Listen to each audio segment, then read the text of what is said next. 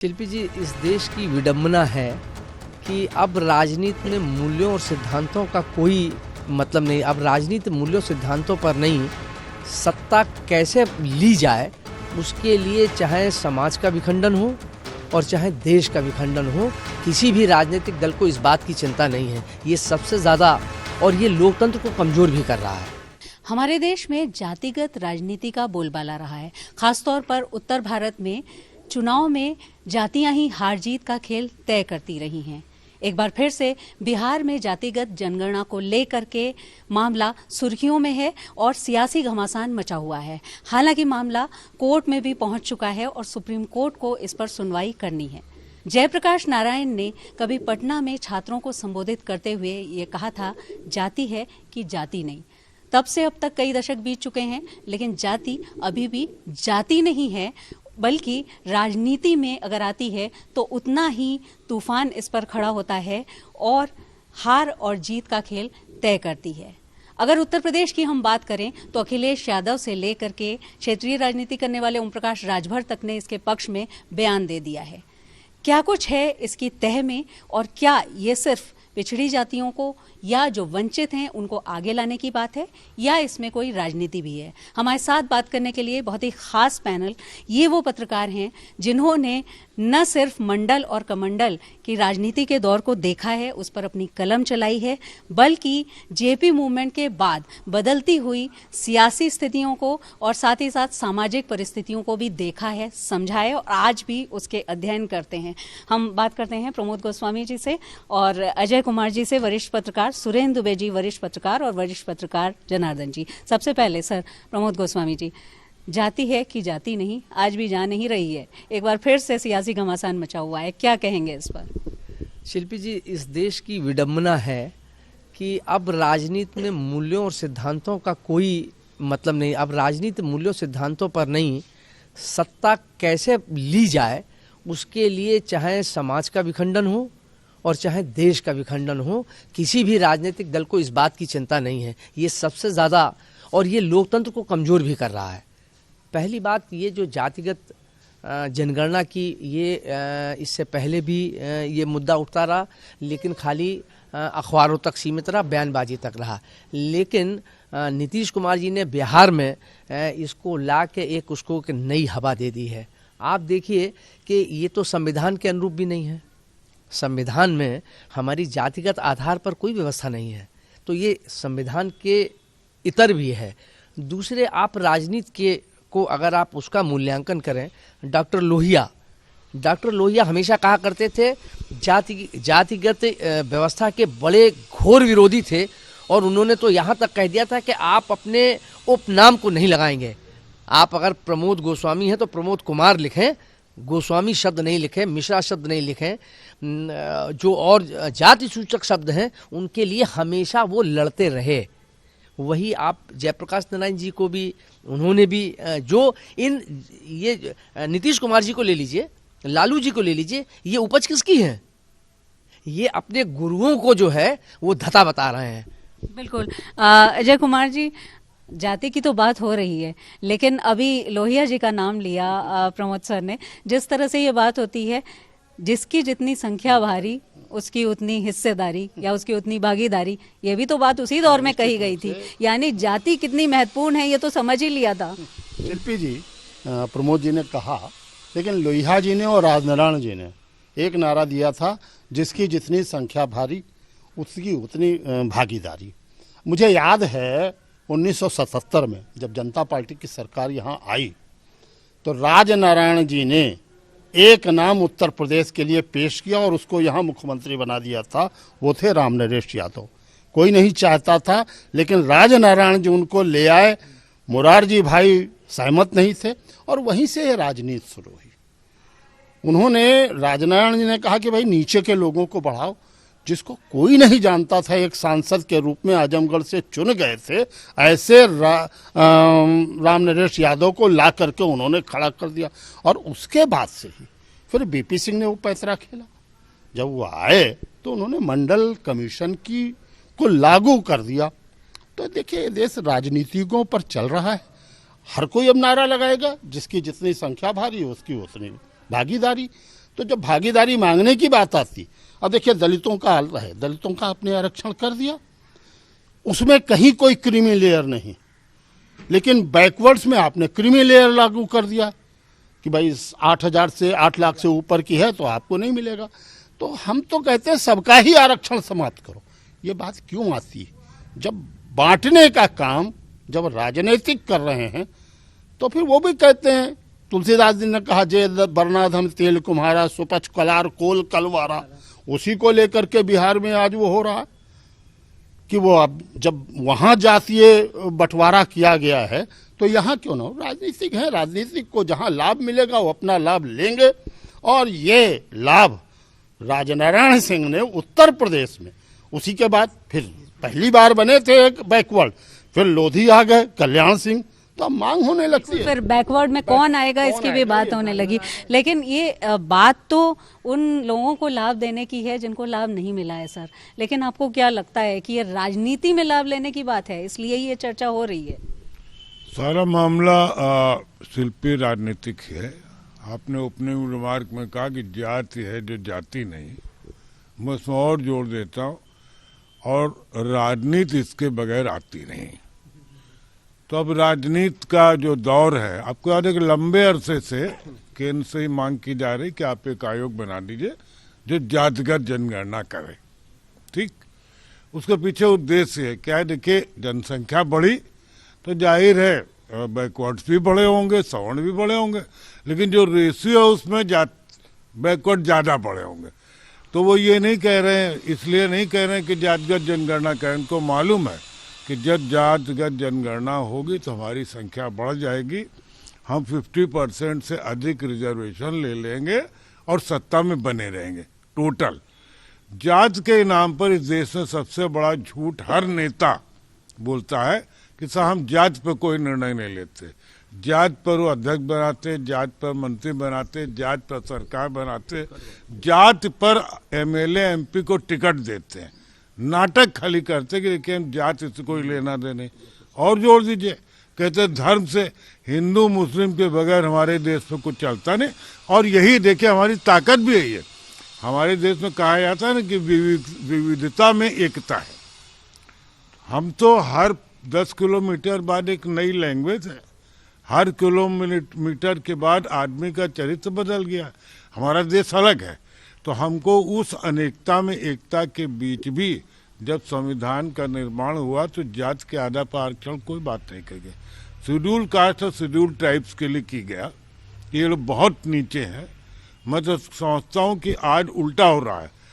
50 साल बाद आप यही आईडी लेकर के अगर रहेंगे उस समय तक, लोगों के बीच में घूमेंगे तो बताएंगे तो पता चलेगा पंडित जी बता रहे। बिल्कुल, इस बात पर आते हैं, क्योंकि ये एक बड़ा सवाल है कि आरक्षण जिनको मिला जाति के आधार पर, वो उनको कितना लाभ मिला, या उन जातियों में से जिन लोगों को लाभ मिला उनका प्रतिशत कितना है, ये क्या कभी इस बात की स्टडी हुई है? जनार्दन जी, आप युवा हैं, सर, लोगों का अनुभव बहुत ज़्यादा है। जो याचिकाकर्ता ने बात कही है कोर्ट में, ये कहा है कि फिर से 90 के दशक को वापस लाने की बात है, यानी उतनी ही कटुता, उतना ही वैमनस्य, उतना ही विभाजन समाज के अलग अलग वर्गों के बीच, खासतौर पर युवा। तो आपको लगता है कि ये बात कहीं ना कहीं सही है? देखिए शिल्पी जी, जब राजनीति में जातिगत बात होती है, आरक्षण की बात होती है, धर्म की बात होती है राजनीति में, तो राजनीति का दोहरापन एक सामने आता है। जो हमारे वरिष्ठों ने कहा कि निश्चित रूप से सिर्फ लाभ लेने की एक आकांक्षा को लेकर हम लोग इस तरह की बातें करते हैं एक बड़े तबके को लुभाने के लिए। लेकिन इसका एक और कारण ये भी है, क्योंकि विकास की अगर हम बात करेंगे तो आपको ब्यौरा देना पड़ेगा भी कि किसको कितना आपने लाभ दिया, कितनी बातें करी। और जाति और धर्म का एक ऐसा अफीम है जिसको सुंघाकर आप राज करते चले जा रहे हैं 5 साल, 10 साल, 15 साल, और वो जाति कभी उभर नहीं पाई है। देखिए, आरक्षण का मूल उद्देश्य क्या था? जो पिछड़े हैं, जो वंचित हैं, उनको कहीं न कहीं से मजबूती मिले, उनको मुख्य धारा से जोड़ा जा सके। लेकिन अगर ये चीज़, जैसे सुप्रीम कोर्ट ने कई बार बोली है कि ये चीज़ को आप कंटिन्यू रखते हैं, इस चीज़ को आप देना लगातार जारी रखते हैं, तो ये एक जो दूसरा तबका है वो, और जो वंचित वर्ग है वो उससे लाभ नहीं ले पाएगा। आप वंचित की जब बात करते हैं तो वंचित किस आधार पर है? आर्थिक आधार पर है। उनके पास में संसाधन नहीं है, उनके पास में पैसे नहीं है, उनके पास में भोजन नहीं है। तो जाति तो देखिए, गरीब तो हर तबके में है, हर जाति में है। तो एक एक जब आर्थिक आधार पर जातिगत बात होनी शुरू हो गई कि आर्थिक आधार पर आरक्षण देना चाहिए, तो उस चीजों को लोगों ने उतना महत्व नहीं दिया, क्योंकि सबकी रोटी सेकनी है तो वो एक अपनी जाति को लेकर ही उस पर बात करेंगे। बिल्कुल ये बात आती है कि आर्थिक आधार पर क्या आरक्षण होना चाहिए, लेकिन इस बात को महत्व कभी नहीं मिलता क्योंकि जातियों से ही सब कुछ तय होता है। और आपको लगता है सर कि क्या जिस तरह से अखिलेश यादव जी ने कहा, जिस तरह से ओम प्रकाश राजभर भी तुरंत सक्रिय हो गए, आपको लगता है कि एक मुद्दा है और खासतौर पर क्षेत्रीय दलों के लिए कितनी बड़ी संजीवनी है जाति की राजनीति? बिल्कुल सही है। क्षेत्रीय दल का जीवन मरण इसी पर निर्भर है। क्षेत्रीय दल जो बने हैं वो क्षेत्र के आधार पर, राष्ट्रीय दल जो है वो राष्ट्र की सोचते हैं, क्षेत्रीय दल क्षेत्र और जाति की सोचते हैं, तो उनका लाभ उसी में क्षेत्रीय दल में, चाहे राजभर हो या अखिलेश यादव भी। अब हम तो एक क्षेत्रीय दल क्या, राष्ट्रीय पार्टी भले ही, लेकिन वो उत्तर प्रदेश तक ही सीमित है, उनका भी लाभ है। अब तो उन्होंने MY भी कर लिया। तो इस तरह से जो है वो जाति के आधार पर, जात के घोड़े पे चढ़कर कैसे हम सिंहासन प्राप्त करें, ये राजनीतिक दलों की सोच हो गई है। और जैसे जैसे सोच होगी समाज में विघटन होगा, समाज में विभक्ति होगी। जाति के घोड़े पर चढ़कर कैसे हम सफलता प्राप्त करें? सर, जिस तरह से ये है आर्थिक आधार पर जो आरक्षण की बात होती है, आपको लगता है कि वो सही है, वो होना चाहिए, या कोई बात आरक्षण की नहीं? देखिए, जब मान लीजिए शेड्यूल कास्ट को या बैकवर्ड को दे तो इसीलिए रहे ना कि बहुत पिछड़ गए हैं, समाज में आगे नहीं है। तो देखिए, पिछड़ने का सबसे बड़ा एक कारण आर्थिक है। अगर आप भूखे हैं, आप नंगे भूखे हैं, कपड़े नहीं है, सर पर छत नहीं है, तो आपसे ज्यादा पिछड़ा कौन है? तो अगर सबको आर्थिक आधार पर दे दे तो ये समाज में समानता होगी। वरना होगा ये कि आप 50 साल की बात जब मैं कह रहा था, तो 50 साल बाद आप जब पता करेंगे तो पता चलेगा कि सारे ब्राह्मण ठाकुर जो है वो सब बैकवर्ड में चले गए हैं, क्योंकि उनके बारे में सोचा ही नहीं गया। अब वो भीख मांगने की स्थिति पर आ गए। तो आप ऐसा क्यों कर रहे हैं? यानी रिवर्स हो गया एक तरह से। सर, आप बता रहे थे इस बात को खास तौर पर कि जो लाभ मिला है जातियों को, या उनमें से जिन लोगों को मिला है, कितने प्रतिशत लोग उसका लाभ उठा चुके हैं, इसका भी तो आकलन होना चाहिए। इसकी तो कोई स्टडी नहीं है, लोग बहुत आगे निकल गए। शिल्पी जी, देखिए कितना राजनीति का कितना दोहरा मापदंड है। आरक्षण दलितों का लीजिए 10 वर्ष के लिए किया गया था, लेकिन आज 75 वर्ष हो गए हैं। किसी भी राजनीतिक दल की ये हैसियत नहीं है कि जो एक बार भी ये आवाज उठा सके कि 10 वर्ष का था 20 हो गए, 20 का 30 हो गए, 40-50 हो गए, अब इस आरक्षण व्यवस्था खत्म होनी चाहिए। क्योंकि जो संविधान में और जो व्यवस्था की गई थी वो 10 वर्ष के लिए की गई थी, लेकिन चूंकि वोट की राजनीति सत्ता हासिल करनी है, उससे वो दलित वोट बैंक बिदक जाएगा। तो अब स्थिति इन राजनीतिक दलों को न पिछड़ों से कोई मतलब है, न दलितों से कोई मतलब है, न सवर्णों से कोई मतलब है। राजनीतिक दलों को अपनी सत्ता की राजनीति, सत्ता की रोटियां सेकना है। वो कभी वो देख लेते हैं कि ये संख्या ज्यादा हमारे साथ आ जाएगी, तो वो उन्होंने नीतीश कुमार जी ने ये कर दिया। आप देखिए, बिहार में ही जब इलेक्शन थे तो संघ प्रमुख मोहन भागवत ने आरक्षण का कहा था कि आरक्षण व्यवस्था समाप्त होनी चाहिए, और आर्थिक आधार पर जो भी पिछड़ा है, पिछड़े की परिभाषा कोई जाति से तो है नहीं। बाद में चुनाव के नतीजों के एनालिसिस में लोगों ने उनको जिम्मेदार ठहरा दिया। मैं यही राजनीति, मोहन भागवत और बीजेपी भी बैकफुट पे आ गई। बीजेपी ने भी ये बात कही, ये उस समय चर्चा में मुझे अच्छी तरीके से याद है। ये कहा गया कि ये आपने बयान दे के तो मतलब राजनीतिक धक्का दे दिया, तो वो उससे भी घबरा गए। सच बात को भी स्वीकार करने में उन्हीं के ही मुखिया उनको अस्वीकार करने लगे, या भले ही प्लेटफॉर्म पर नहीं आए, लेकिन इंटरनल उसके बाद फिर बयान नहीं आया। तो राजनीतिक दलों को इनसे कोई मतलब नहीं है। सत्यता ये है कि ये बात जो अभी जनार्दन ने कही कि आर्थिक पैमाना बना देना चाहिए, ये सारे राजनीतिक दलों को इस पर बैठना चाहिए। और उन्हें कहीं पिछड़ा, कोई यादव से पिछड़ा तो नहीं है, कुर्मी से तो पिछड़ा नहीं है, पिछड़ा तो आर्थिक जब उसकी विपन्नता से है ना, तो विपन्नता के आधार पर उसका एक मापदंड बना दीजिए, उसमें जो भी उस क्राइटेरिया में आए उसको आप आरक्षण दे दीजिए। आज कोई एक मांग नहीं कर सकता, किसी में हिम्मत नहीं है कि जो बैकवर्ड या शेड्यूल कास्ट की सीटों का आरक्षण है ये आप समाप्त कर दीजिए। क्यों एक विधायक रिजर्व होकर के आता है, आप समाप्त करिए अगर ताकत, लेकिन कोई नहीं उठा सकता। कि रिजर्वेशन जो है सीटों में, चुनाव में रिजर्वेशन कि इतनी आरक्षित सीटें हैं, दलितों का वहां आरक्षण है, आप वहीं से समाप्त करिए, देखिए कि आगे क्या होता। ये सब भाग जाएंगे, कोई मांग नहीं करेगा। वो मांग तो इसीलिए कर रहे हैं कि वहां उनको है आरक्षण तो हमें भी दीजिए, सारा खत्म कर दीजिए आप। तो उसके आगे मामला बढ़ गया ना, जब अभी जैसे नगर निगम चुनाव होने हैं तो क्या बवाल है कि जो रोटेशन से सीटें जानी है उसको सही ढंग से न लागू करना पड़े, इसलिए सरकार ने वो ट्रिपल टेस्ट फार्मूला नहीं माना, अपने ढंग से किया। तो अब मान लीजिए बैकवर्ड से वो सीट महिला को जानी थी, उनको लगा यहाँ हमारे कोई महिला नेता ठीक ठाक नहीं है तो बैकवर्ड में ही रहे, तो उसको मान लिया। उनको अगर लगा यहाँ और किसी कुर्मी जात का मिल जाएगा, यादव। अच्छा, और अब देखिए वो जो पार्टी भारतीय जनता पार्टी जो राष्ट्रवाद की बात करती है, जो फॉरवर्ड्स की पार्टी थी, वो पूरी से बैकवर्ड पर है। उसी ने मतलब कहना चाहिए पार्ट में लोधी में उसमें और छोटा कर ओबीसी सम्मेलन करवा लिए, सम्मेलन और नहीं ओबीसी में और पार्टी के अध्यक्ष बनाने में भी ये सोच है कि भाई अब ऐसे को बनाओ जिसका वोट परसेंटेज ज्यादा हो। पार्टी के अध्यक्ष चुने जा रहे हैं। अरे राजेंद्र गुप्ता को हटाया इसलिए गया था, उत्तर प्रदेश बीजेपी के अध्यक्ष थे, उनको हटाया ले गया कि कल्याण सिंह को लाया जाए तो ये लोधी की वजह से वोट ला सकते हैं, वरना वो उनसे ज्यादा काबिल आदमी थे। तो वहां से शुरू हुई बात कि भाई इनको हटाओ, तो इसलिए वो घूम घुमा करके सारी बात जो है। और अब तो हमारे देश में प्रधानमंत्री खुद कहते हैं मैं पिछड़ी जात का हूँ, जबकि आप तो प्रधानमंत्री सबके हैं ना, उसमें जाति कहाँ से आ गई? बिल्कुल, यानी जाति हर बात में आ गई है। ये देखिए सुरेंद्र जी ने बड़ी बढ़िया बात कही कि हम एक तरफ तो जात का विरोध करते हैं कि हम जात की राजनीति नहीं करते, हम धर्म की राजनीति नहीं करते जात की है, धर्म की है। और उसके बाद जब वहाँ भाषण देने जाते हैं, जब चुनावी भाषण होते हैं, तो बड़े सीना ठोक के कहते हैं कि मैं तो पिछड़ी जात का हूँ, मैं तो ये करता था, मैं वो करता था।